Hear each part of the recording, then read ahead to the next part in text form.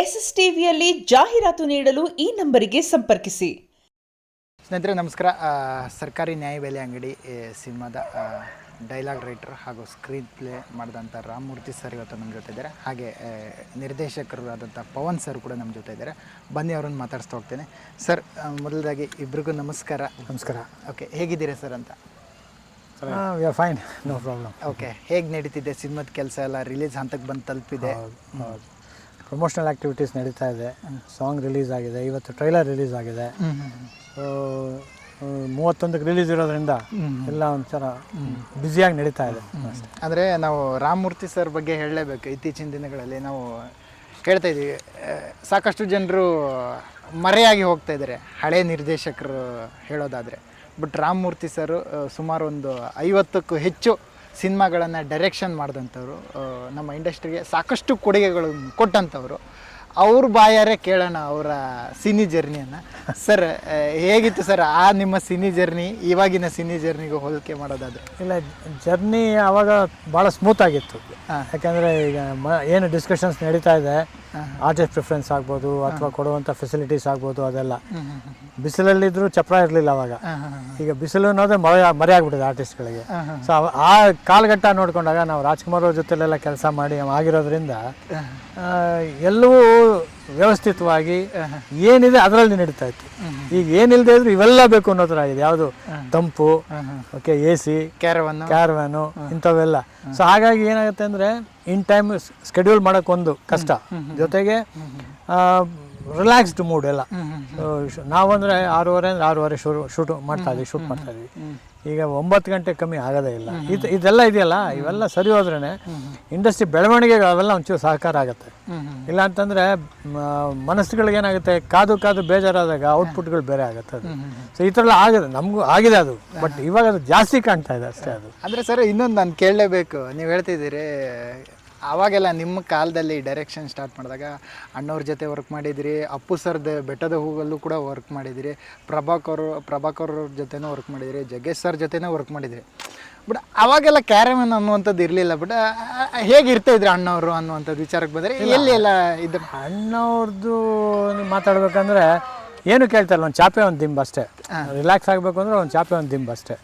ಅದು ಇಲ್ಲ ಅಂದ್ರೂ ಕೂಡ ಒಂದು ಕಟ್ಟೆ, ಎಲ್ಲಿರ್ತಿದ್ರು ಅಲ್ಲಿ ಕಟ್ಟೆ ಮೇಲೆ ಕುತ್ಕೊಳ್ಳೋರು ಅಷ್ಟೇ ಹೊರತು ಅದಕ್ಕಿಂತ ಹೆಚ್ಚಿನ ಯಾವತ್ತೂ ಅವ್ರು ಕೇಳೂ ಇಲ್ಲ, ಅದನ್ನು ನಾವು ಅನುಭವಿಸಿರೋದು ನೋಡೂ ಇಲ್ಲ ನಾವು. ಆ ಥರ ವ್ಯಕ್ತಿತ್ವ. ಒಂದು ಸಣ್ಣ ಎಕ್ಸಾಂಪಲ್ ಹೇಳ್ಬೇಕಂದ್ರೆ, ನಾವು ಕಾಮನ್ ಬಿಲ್ ಹೋಗಿ ಟೈಟಲ್ ಶೂಟ್ ಮಾಡ್ತಾಯಿದ್ವಿ. Okay, early morning Sunrise shot ತೆಗಿಬೇಕು ಅಂತ ನಮ್ಮ ಕಾನ್ಸೆಪ್ಟ್ ಇದ್ದಿದ್ದು. ಡೈರೆಕ್ಟ್ರಿಗೂ ಅದೇ ಇದ್ದಿದ್ದು, ದತ್ತರಾಜ್ ಅವ್ರಿಗೆ. ಅವರು ಹಿಂದಿನ ದಿವಸ ನಮ್ಮನ್ನು ಕೇಳ್ತಾರೆ ಯಾವಾಗಲೂ, ಅಪ್ಪಾಜಿ ಏನಂದ್ರೆ ಅಪ್ಪಾಜಿ ಅಂತ ಹೆಸರಿಡಿದು ಕರೆಯಲ್ಲ, ಅಪ್ಪಾಜಿ ನಾಳೆ ಎಷ್ಟೊತ್ತಿಗೆ ಇರ್ಬೇಕು ನಾನು ಅಂತ ಕೇಳ್ತಾರೆ. ಓಕೆ, ಬೆಳಗ್ಗೆ 5 ಗಂಟೆಗಿದ್ದರೆ ಸಾಕೋಣ, ಯಾಕಂದರೆ ಒಂದು ಯೋಗದು ಸನ್ರೈಸಲ್ಲಿ ತೆಗಿಬೇಕು, ಒಂದು 5:15 ಇದ್ದರೂ ಸಾಕು ಅಂತ. ಸೊ ನಾವೆಲ್ಲ ತಂಗಿದ್ದು ಮೈಸೂರಲ್ಲಿ. ನಾವು 3:30 ಎದ್ದು ಅವ್ರು ಬರೋಷ್ಟರೊಳಗೆ ನಾವು ಇರಬೇಕು ಅಲ್ಲಿ ಅಂತ. ಓಕೆ, ಎಲ್ಲರೂ ನಾವು 4:15 ತಲುಪಿದ್ದೀವಿ. 4:15 ತಲುಪಿದ್ರೆ ಇವ್ರು ಆಲ್ರೆಡಿ ಅಲ್ಲಿ ಕೂತಿದ್ದಾರೆ. ಬಂದು ಆಲ್ರೆಡಿ ಒಂದು ರೌಂಡ್ ಯೋಗ ಮಾಡಿ ಆ ವೆದರ್ನಲ್ಲಿ ಅರ್ಲಿ ಮಾರ್ನಿಂಗು ರೆಡಿಯಾಗಿ ಕೂತಿದ್ದಾರೆ, ಧ್ಯಾನ ಮಾಡ್ತಾ ಕೂತಿದ್ದಾರೆ. ನಮಗೆ ಗಾಬರಿ. ನಾವು ಹೇಳಿದ್ರೆ 5:15, 4:15 ಬಂದು ಕೂತಿದ್ದಾರಲ್ಲ ಅಂತ. ಕೇಳಿದ್ರೆ ಏನಂದ್ರೆ ಗೊತ್ತಾ, ಅವ್ರು ಹೇಳಿದ್ದು, ನಾನು ಯೋಗ ಒಂದ್ಸಲಿ ಪ್ರಾಕ್ಟೀಸ್ ಮಾಡ್ಕೊಂಡ್ಬಿಟ್ರೆ ಕಂಟಿನ್ಯೂಸ್ ಆಗಿ ನಾನು ಮಾಡೋವಾಗ ನಿಮ್ಗೆ ಈಸಿ ಆಗುತ್ತೆ, ಮತ್ತು ಟೇಕ್ಸ್ ಮಾಡೋಕ್ಕೆ ಪ್ರಾಬ್ಲಮ್ ಆಗುತ್ತೆ.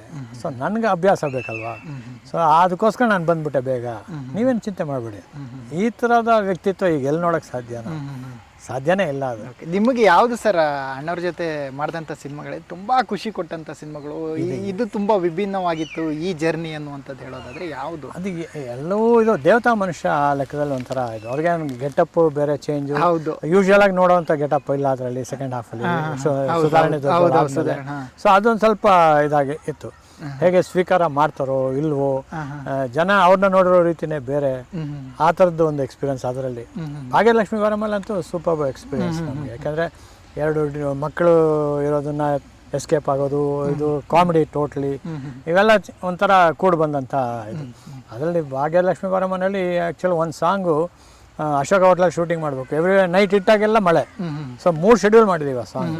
ಆ ಥರ ಎಕ್ಸ್ಪೀರಿಯನ್ಸ್ ಅದೆಲ್ಲ ಮರೆಯೋಕ್ಕಾಗಲ್ಲ ಇವತ್ತಿಗೂ ಕೂಡ. ನೆವರ್. ಈ ಜರ್ನಿ ಬಗ್ಗೆ ಏನು ಹೇಳ್ತೀರಾ ಸರ್? ಇವಾಗ ಸ್ಟಾರ್ಟ್ ಆಗಿರುವಂಥದ್ದು ಸರ್ಕಾರಿ ನ್ಯಾಯಬೆಲೆ ಅಂಗಡಿ. ಸರ್ಕಾರಿ ನ್ಯಾಯಬೆಲೆ ಅಂಗಡಿ ಏನಂದ್ರೆ ನಮ್ಮ ಪವನ್ ಅವರು ನಿರ್ದೇಶನ. 30 ಸಿನಿಮಾಗಳು. ಒಬ್ಬ ನಿರ್ದೇಶಕನಾಗಿ ನಾನು ಇನ್ನೊಬ್ಬ ನಿರ್ದೇಶಕನ ಕನ್ವಿನ್ಸ್ ಮಾಡೋದಿಲ್ಲ, ನನ್ನ ಕತೆ ಹೇಳಿ ಆ ಚಿತ್ರಕಥೆ ಮಾಡಿ ಸಂಭಾಷಣೆಯನ್ನ ಕೊಟ್ಟು ಅದು ಅವರು ಸ್ವೀಕಾರ ಮಾಡಿದ್ರು. ಸೊ ವೆರಿ ಮಚ್ ಫ್ರೆಂಡ್ಲಿ, ಆಮೇಲೆ ತುಂಬಾ ಚೆನ್ನಾಗಿ ಹ್ಯಾಂಡಲ್ ಮಾಡಿದ್ರು. ಸೊ ಜೊತೆಲೇ ಇದ್ದೆ ನಾನು. ಸೊ ಈ was very much convenient and ತುಂಬಾ ಕನ್ವಿನ್ಸಿಂಗ್ ಆಗಿ ಕೆಲಸ ಮಾಡಿದ್ದಾರೆ. ನಮ್ಗೆ ಅದು ಖುಷಿ ಕೊಟ್ಟಿದೆ. ಅಂದರೆ ಡೈರೆಕ್ಷನ್ ಹೊಸದಾಗಿರ್ಬೋದು ಪವನ್ ಸರ್ಗೆ, ಬಟ್ ಈ ಹಿಂದೆ 30 ಸಿನಿಮಾಗಳಲ್ಲಿ ಸಿನಿಮಾಟೋಗ್ರಫಿ ವರ್ಕ್ ಮಾಡಿದ್ದಾರೆ. ಬಟ್ ಡೈರೆಕ್ಷನ್ ಅಲ್ಲಿ 2ನೇ ಸಿನಿಮಾ ಆಗಿರ್ಬೋದು. ಬಟ್ ಆ ಅನುಭವಕ್ಕೂ ಇದಕ್ಕೂ ಏನು ವ್ಯತ್ಯಾಸ ಕಾಣಿಸ್ತದೆ ಸರ್? ಈಗ ಡೈರೆಕ್ಷನ್ ಅಲ್ಲಿ 2ನೇ ಸಿನಿಮಾ ಅಂದ್ರೆ ನಾನು ಎಲ್ಲ ಸಿನಿಮಾ ವರ್ಕ್ ಮಾಡುವಾಗ ಸಿನಿಮಾಟೋಗ್ರಫಿ ಮಾಡುವಾಗಲೇ ಸೊ ಡೈರೆಕ್ಟರ್ ಜೊತೆ ಡಿಸ್ಕಸ್ ಮಾಡ್ಕೊಂಡೇ ಮಾಡ್ತಿದ್ದೆ. ಸೊ ಅದು ಆ ಅನುಭವ ಇತ್ತು ನನಗೆ. ಎಲ್ಲ ಡೈರೆಕ್ಟರ್ ಜೊತೆ ಇಷ್ಟು ಡೈರೆಕ್ಟರ್ ಜೊತೆ ಏನು ಕೆಲಸ ಮಾಡಿದ್ದೀನಲ್ಲ, ಸೊ ಎಲ್ಲ ಡೈರೆಕ್ಟರ್ ಜೊತೆ ಒಂದೊಂದು ಅನುಭವಗಳು ನನಗೆ ಈ ಎಕ್ಸ್ಪೀರಿಯನ್ಸ್ ಈಸಿ ಆಯ್ತು ಆ್ಯಕ್ಚುಲಿ. ಆಮೇಲೆ ಎಲ್ಲದಕ್ಕಿಂತ ಮುಂಚೆ ಸಾರ್ ನನಗೆ ಪ್ರತಿ ಫ್ರೇಮ್ ಅಂದ್ರೆ ಫ್ರೇಮ್ ಟು ಫ್ರೇಮಲ್ಲಿ ಸಾರ್ ನನ್ನ ಜೊತೆಲಿದ್ರು. ಸೊ ಹಂಗಿದ್ದಾಗ ನನಗೆ ಅದೊಂಚೂರು ಯಾವುದೇ ರೀತಿ ಕಷ್ಟ, ಯಾಕಂದ್ರೆ ಸ್ಟಾರ್ ಕಾಸ್ಟ್ ದೊಡ್ಡದಿರುವಾಗ ಸೊ ನನಗೊಂದು ಭಯ ಇತ್ತು. ಅಂದ್ರೆ ಇವ್ರು ರಾಗಿಣಿ ಅವ್ರನ್ನ ಹಿಂಗೆ ಹ್ಯಾಂಡಲ್ ಮಾಡೋದು, ಕುಮಾರ್ ಮಗಪ್ಪ ದೊಡ್ಡಣ್ಣ ಸರ್. ಸೊ ಸಾರ್ ಜೊತೆಲಿ ಇರೋದು ನಂಗೊಂದು ಧೈರ್ಯ. ಸೊ ಅಂದ್ರೆ ಅವ್ರು ಹೆಂಗ್ ಮಾಡ್ತಿದಾರೆ ಅನ್ನೋದನ್ನ ಅಲ್ಲೊಂದು ಅನುಭವ ಆಯ್ತು ನನಗೆ. ಸರ್ಕಾರಿ ನ್ಯಾಯಬೆಲೆಯಲ್ಲಿ ಹೆಂಗೆ ಆರ್ಟಿಸ್ಟ್ನ ಹ್ಯಾಂಡಲ್ ಮಾಡಬೇಕು, ಹೆಂಗೆ ನಾವು ಅಂದ್ರೆ ಒಂದು ಸೀನ್ಗಳನ್ನ ಹೆಂಗೆ ತೊಗೊಂಡು ಹೋಗ್ಬೇಕು, ಅದೆಲ್ಲ ಪ್ರತಿಯೊಂದು ಅವರಿಂದ ಅಂದ್ರೆ ಕಲಿತೆ ನಾನು ಇಲ್ಲಿಂದ. ಸೊ ಆ ಥರದ್ದು ನನಗೆ ಅದೇ ನನಗೆ ಡೈರೆಕ್ಷನಲ್ಲಿ ಏನೋ ಒಂದು ಇಲ್ಲಿ ಕಲಿಯೋಕ್ಕೆ ಸಿಕ್ತು ಅನ್ನೋದು ಈ ಪ್ರಾಜೆಕ್ಟಿಂದ. ಸೊ ನೆಕ್ಸ್ಟ್ ಮಾಡಿದಾಗ ಇದು ನನಗೆ ಯೂಸ್ ಆಗ್ಬೋದು ಬೇರೆ ಥರ. ಓವರ್ ಆಲ್ ಜರ್ನಿ ಬಗ್ಗೆ ಹೇಳೋದಾದ್ರೆ, ಯಾಕಂದರೆ ಅಷ್ಟು ಈಸಿಯಾಗಿರಲಿಲ್ಲ. ಅಷ್ಟು ದೊಡ್ಡ ಸ್ಟಾರ್ ಕಾಸ್ಟ್ನೆಲ್ಲ ನಿಭಾಯಿಸ್ಕೊಂಡು ಒಂದು ಸಿನಿಮಾ ಮಾಡು ಈ ಹಂತದವರಿಗೆ. ಇವತ್ತು ಗೊತ್ತಿದೆ ಸಿನಿಮಾ ರೆಡಿ ಮಾಡಿ ರಿಲೀಸ್ ಮಾಡಬೇಕಂದ್ರೆ ನಿರ್ದೇಶಕರಾಗಿರ್ಬೋದು, ಪ್ರೊಡ್ಯೂಸರ್ಗಾಗಿರ್ಬೋದು ಎಷ್ಟು ಪ್ರಾಬ್ಲಮ್ಸ್ ಅಡ್ಡ ಬರುತ್ತೆ ಅಂತ ಗೊತ್ತಿದೆ. ಬಟ್ ಅದನ್ನೆಲ್ಲ ಫೇಸ್ ಮಾಡಿ ಇಲ್ಲಿ ತನಕ ಸಿನಿಮಾ ತಂದು ನಿಲ್ಲಿಸಿದ್ದೀರಾ. ನಿಮಗೆ ಎಷ್ಟು ಚಾಲೆಂಜಿಂಗ್ ಆಗಿತ್ತು ಸರ್ ಅಂತ? ಹೌದು, ಇವತ್ತು ತನಕ ಚಾಲೆಂಜಿಂಗ್ ನಿಮಗೆ ಆ್ಯಕ್ಚುಲಿ. ಇವಾಗ ನಮ್ಮ ರಾಗಿಣಿ ಅವ್ರನ್ನ ಕರೆಸಿ ಅವ್ರನ್ನ ಪ್ರತಿಯೊಂದು ಇಲ್ಲಿ ತನಕ ಆರ್ಟಿಸ್ಟ್ಗಳನ್ನ ಮೇಂಟೈನ್ ಮಾಡ್ಕೊಂಡು ಮಾಡ್ತಾನೆ ಇದ್ದೀವಿ ಪ್ರತಿಯೊಂದು. ಸೊ ಅಂದ್ರೆ ಒಂಥರ ಚೆನ್ನಾಗಿರುತ್ತೆ, ಒಂಥರ ಈ ಚಾಲೆಂಜ್ ಮಾಡ್ಕೊಂಡು ಮಾಡೋದ್ರಿಂದ ಸ್ವಲ್ಪ ಅಂದ್ರೆ ಸಕ್ಸಸ್ ಸಿಗುತ್ತೆ ಅಂತ ಒಂದು ನಂಬಿಕೆಯಿಂದ ಮಾಡ್ತೀವಿ. ಸೊ ಖಂಡಿತ ಒಳ್ಳೇದಾಗುತ್ತೆ ಅಂತ ಅನ್ಕೊಂಡಿದ್ವಿ, ಕಷ್ಟಪಟ್ಟಿದ್ವಿ. ಏನೋ ಒಂದು ಸಿಂಪಲ್ ಸ್ಟೋರಿನೇ. ಈಗ ನಾವು ಹೆವಿ ದೊಡ್ಡ ತುಂಬಾ ಕೋಟ್ಯಾಂತರ ರೂಪಾಯಿಗಳು ಖರ್ಚು ಮಾಡಿ ಆಕ್ಷನ್ ಓರಿಯೆಂಟೆಡ್ ಇದು ಏನು ಇಲ್ದಿರ ಜನ ಆಕ್ಷನ್ ಜಾನರ್ಗಳು ನೋಡಿದ್ದಾರೆ, ಥ್ರಿಲ್ಲರ್ ನೋಡಿದ್ದಾರೆ, ಹಾರರ್ಸ್ ನೋಡಿದ್ದಾರೆ. ಬಟ್ ಏನಂದ್ರೆ ಒಂದು ಸಿಂಪಲ್ ಒಂದು ಫ್ಯಾಮಿಲಿ ಡ್ರಾಮಾನ ಎಷ್ಟು ಮಟ್ಟಿಗೆ ಅಚ್ಚುಕಟ್ಟಾಗಿ ಹೇಳ್ಬೋದು ಅಂತ ಆ ಅಚ್ಚುಕಟ್ಟಲ್ಲಿ ಹೇಳಿದೀವಿ ಅಷ್ಟೇ. ಅಂದರೆ ಹಳ್ಳಿಯಲ್ಲಿ ಏನು ಈಗ ನ್ಯಾಯಬೆಲೆ ಅಂಗಡಿಯಲ್ಲಿ ಏನೆಲ್ಲ ಪ್ರಾಬ್ಲಮ್ಸ್ ನಡೆಯುತ್ತೆ ಅದನ್ನೆಲ್ಲ ತೋರಿಸಿರುವಂಥದ್ದು family drama, emotional and business ಎರಡೂ ಸೇರುತ್ತೆ ಅಲ್ಲಿ. ಅಂದರೆ ಈಗ ಸಮಾಜಕ್ಕೆ ಈ ಥರ ಆಗ್ತಿರುವಂಥ ಘಟನೆನೇ ಎತ್ತಿ ತೋರಿಸುವಂಥದ್ದಿದೆ. ಅದು ಏನು ಮೆಸೇಜ್ ಹೇಳಕ್ಕೆ ಕೊಟ್ಟಿದ್ರಿ ಅಂತ ಸಿನಿಮಾದ ಮುಖಾಂತರ? ಸಿನಿಮಾ ಮುಖಾಂತರ ಏನು ಮೆಸೇಜ್ ಹೇಳ್ತೀವಿ ಅಂತಂದರೆ, ಎಲ್ಲವನ್ನು ನಿಭಾಯಿಸೋಂಥ ಒಂದು ಪಾತ್ರ ಒಂದು ಹೆಣ್ಣಾದರೆ ಹೇಗಿರುತ್ತೆ ಸಿನಿಮಾ. ಒಂದು ಕುಟುಂಬ ಯಾರ ಮೇಲೆ ಡಿಪೆಂಡ್ ಆಗುತ್ತೆ, ಒಂದು ಹೆಣ್ಣು ಮೇಲೆ. ತಂದಾಕೋರು ಯಾರೇ ಆಗ್ಬಿಟ್ರು ನಡೆಸೋವಂಥದ್ದು ಜವಾಬ್ದಾರಿ ಹೆಣ್ಣು ಮೇಲೆ ಇರುತ್ತೆ. ಸೊ ಆ ಹೆಣ್ಣಿಗೆ ಜೀವನದಲ್ಲಿ ಕಷ್ಟ ಬಂದಾಗ ಅದನ್ನು ಹೇಗೆ ನಿಭಾಯಿಸ್ತಾಳೆ, ಜೊತೆಗೆ ಬಿಟ್ಟೋದಂಥ ಬಿಸ್ನೆಸ್ಸು ಅಥವಾ ತನ್ನ ಗಂಡ ಇಲ್ಲದೆ ಇರೋವಂಥ ಒಂದು ಬಿಸ್ನೆಸ್ ಹೇಗೆ ನಡೆಸ್ಬೇಕು, ಇದ್ದಾಗ ಹೇಗೆ ನಡೆಸ್ಬೇಕು, ಅಪವಾದಗಳು ಬಂದಾಗ ಹೇಗೆ ಎದುರಿಸ್ಬೇಕು, ಜನಗಳನ್ನ ಹೇಗೆ ಸಮಾಧಾನ ಮಾಡಬೇಕು, ಇದೆಲ್ಲವೂ ಅದರಲ್ಲಿ ತಂದಿದ್ದೀವಿ. ಆ್ಯಕ್ಚುಲಿ ಮನೆ ಕಡೆ ಬಂದಾಗ ಎಮೋಷ್ನಲ್ ಡ್ರಾಮಾ, ಈ ಕಡೆ ಬಂದಾಗ ವ್ಯವಹಾರ. ಸೊ ಎರಡನ್ನೂ ಹೆಂಗೆ ಬ್ಯಾಲೆನ್ಸ್ ಮಾಡುತ್ತೆ ಲೈಫ್ ಅನ್ನೋದು. ಓಕೆ ಸರ್, ಅಂದರೆ ಇವಾಗ ತುಂಬ ಟ್ರೈಲರ್ ನೋಡಿದ್ವಿ, ಅದರಲ್ಲಿ ತುಂಬ ಗಮನ ಸೆಳೆದು ಅಂದರೆ ಕುಮಾರ್ ಬಂಗಾರಪ್ಪ ಅವ್ರ ಕ್ಯಾರೆಕ್ಟ್ರು, ಅಂದರೆ ಲೀಡ್ ಕ್ಯಾರೆಕ್ಟ್ರು, ಒಂದು ರೇಂಜ್ ಹೀರೋ ಅಂತಲೇ ಹೇಳ್ಬೋದು. ತುಂಬ ವರ್ಷಗಳಾಗೋಯ್ತು ಈ ರೀತಿ ಲೀಡ್ ಕ್ಯಾರೆಕ್ಟರ್ ಮಾಡಿ ಸರ್. ಬಟ್ ನಿಮ್ಗೆ ಆ ಥರ ಕಾನ್ಸೆಪ್ಟ್ ಸರ್ಗೆ ಮಾಡಬೇಕಂತ ಯಾಕೆ ಅನಿಸ್ತು ಅಂತ, ನಿಮ್ಗೆ ಹೆಂಗೆ ಥಾಟ್ ಬಂತು ಅಂತ? ಅಂದರೆ ಅದೇ ಸಾರೇ ಏನು ಕತೆ ಹೇಳುವಾಗ ನನಗೆ ಒಂದು ಅಷ್ಟು ಚಾಯ್ಸ್ ಹಾಕ್ಕೊಂಡ್ವಿ. ಚಾಯ್ಸ್ ಹಾಕೊಂಡಾಗ ಒಂದು ಮೆಚ್ಯೂರ್ಡ್ ಒಂದು ಇದು ಬೇಕಾಗಿತ್ತು ಕ್ಯಾರೆಕ್ಟರ್ ನಮಗೆ. ಸೊ ಯಾರನ್ನ ಕೇಳಿದ್ರೆ ಇವಾಗಿನವರು ಅದು ಮೆಚೂರಿಟಿ ರಾಗಿಣಿ ಜೊತೆಲಿ ಹಾಕುವಾಗ ಮೆಚೂರಿಟಿ ಕಾಣಲ್ಲ. ಸೊ ಹಾಗಾಗಿ ಆ ಕ್ಯಾರೆಕ್ಟರ್ನ ಅವ್ರಿಗೆ ಹೇಳಿದಾಗ ಅವ್ರು ಒಪ್ಕೊಂಡ್ರು. ಸೊ ನಮ್ಗೆ ಬೇಕಾಗಿದ್ದು ಆ ಒಂದು ಕ್ಯಾರೆಕ್ಟರಿಸ್ಟಿಕ್ಸ್ ಇರೋಂಥ ಒಂದು ಆರ್ಟಿಸ್ಟು, ಹಾಗಾಗಿ ಅದನ್ನು ಸೆಲೆಕ್ಟ್ ಮಾಡಿ. ಆಮೇಲೆ ಇಬ್ಬರ ಮಧ್ಯೆನೂ ಅಂದರೆ ಏಜ್ ಡಿಫ್ರೆನ್ಸ್ ಇರೋ ಥರನೇ ಮಾಡ್ಕೊಂಡ್ರು. ಅಂದರೆ ತುಂಬ ಏನೋ ಅವ್ರಿಗೆ ತಕ್ಕಂಗೆ ಅವರು ಅನ್ನೋ ಥರ ಮಾಡಿಲ್ಲ.